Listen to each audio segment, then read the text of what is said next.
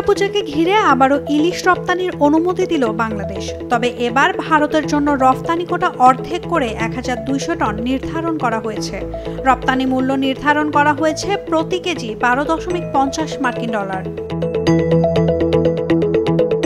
বিশেষজ্ঞরা বলছেন, ইলিশ রপ্তানি শুধু বাণিজ্যিক লেনদেন নয়, এটি দুই দেশের মধ্যে সাংস্কৃতিক বন্ধন ও পারস্পরিক শ্রদ্ধার প্রতীক। দুর্গাপূজার মতো উৎসবে ইলিশের উপস্থিতি বাঙালি সংস্কৃতির অবিচ্ছেদ্য অংশ। বিশ্বে বাংলাদেশেই সবচেয়ে বেশি ইলিশ ধরা পড়ে। বিশ্বে প্রাপ্ত ইলিশের প্রায় ৮৬%। পদ্মা, মেঘনা ও যমুনা নদী এই মাছের প্রধান প্রজনন ক্ষেত্র।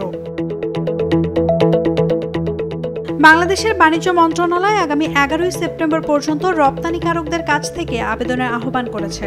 আবেদনকারীদের অবশ্যই বৈধ ট্রেড লাইসেন্স, রপ্তানি নিবন্ধন সনদ, আয়কর ও ভ্যাট সনদ, বিক্রয় চুক্তি, মৎস্য অধিদপ্তরের লাইসেন্স সহ অন্যান্য প্রয়োজনীয় কাগজপত্র জমা দিতে হবে। এদিকে পশ্চিমবঙ্গের বাজারে গুজরাট ও মিয়ানমারের ইলিশের সরবরাহ থাকলেও স্বাদ ও গন্ধে বাংলাদেশের পদ্মার ইলিশের তুলনা চলে না। তবে দাম কিছুটা বেশি হয় সাশ্রয়ী বিকল্প হিসেবে গুজরাটের ইলিশের চাহিদা বৃদ্ধি পেয়েছে। ২০১২ সালে তিস্তা নদীর পানি বণ্টন চুক্তি নিয়ে আলোচনা স্থগিত হওয়ার পর বাংলাদেশ সরকার ইলিশ রফতানি বন্ধ করে দিয়েছিল। তবে ২০১৯ সালে সাবেক প্রধানমন্ত্রী শেখ হাসিনার উদ্যোগে রফতানি পুনরায় শুরু হয়, যা দুই দেশের সম্পর্কের উন্নয়নে গুরুত্বপূর্ণ ভূমিকা পালন করে।